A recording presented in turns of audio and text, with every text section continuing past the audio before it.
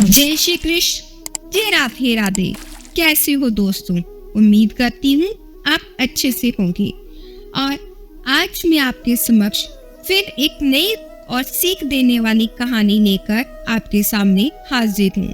पर कहानी शुरू करने से पहले आपसे अनुरोध करती हूँ कि अगर आपने इस चैनल को सब्सक्राइब नहीं किया है तो फटाफट जाकर सब्सक्राइब के बटन पर क्लिक करके हमारे लिए प्रेरणा का स्रोत बने।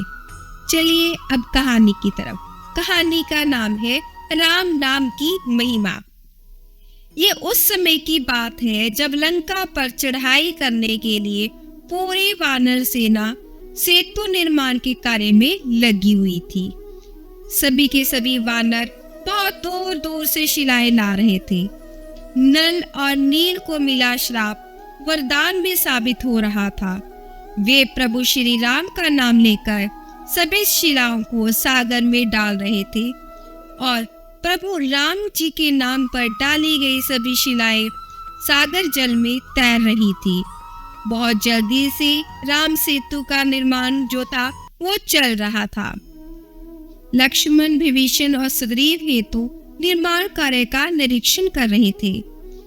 श्री रामचंद्र जी भी समीप में एक शिला पर बैठे हुए थे। ये सब कार्य को देख रहे थे। उनके मन में विचार आया कि सेतु निर्माण में व्यस्त सभी हैं, किंतु वे ही हैं जो खाली बैठे हुए हैं। वो कहते हैं ऐसा उचित नहीं है। वो चुपके से सबकी नजर बचाकर एक शिला उठाकर उन्होंने भी सागर जल में डाल दी। किंतु ये क्या, जहां सभी शिलाएं सागर जल में तैर रही थी, प्रभु श्री राम द्वारा छोड़ी गई वो शिला तुरंत जल में डूब जाती है। ये देखकर श्री राम जी को बहुत दुख होता है और उनकी छोड़ी हुई शिला क्यों डूब जाती है, इसी मन में वो उदास हो गए। वे चुपचाप आकर वापस शिला पर बैठ गए और बहुत उदास हो गए।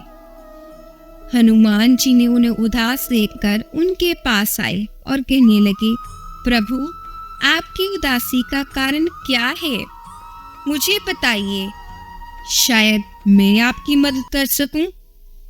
तो श्री राम जी बोले कि मैंने एक शिला को सागर में छोड़ा परंतु वह डूब गई, लेकिन बाकी जो शिलाएं तुम लोग छोड़ रहे हो वो डूब नहीं, तैर रही है। इसी के कारण मुझे बड़ा दुख हो रहा है।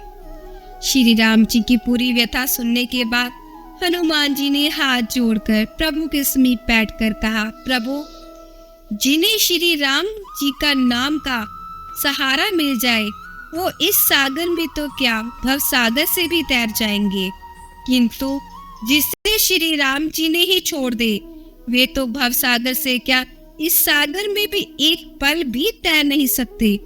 हनुमान जी के मुख से ये वचन सुना तो श्री राम जी की आंखों में से आंसू छलक आए। उन्होंने भाव विमोह होकर हनुमान जी को हृदय से लगा लिया और बड़े प्यार से कहने लगे, वाह हनुमान वाह, आपका क्या उत्तर था।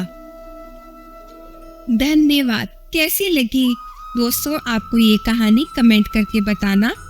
और उम्मीद करती हूँ कि आपने हमारे इस चैनल को सब्सक्राइब जरूर कर लिया होगा। भगवान की कृपा आप पर बनी रहे और आप हमारे चैनल के साथ इसी तरह से जुड़े रहिए। जय श्री कृष्ण, जय राधे राधे।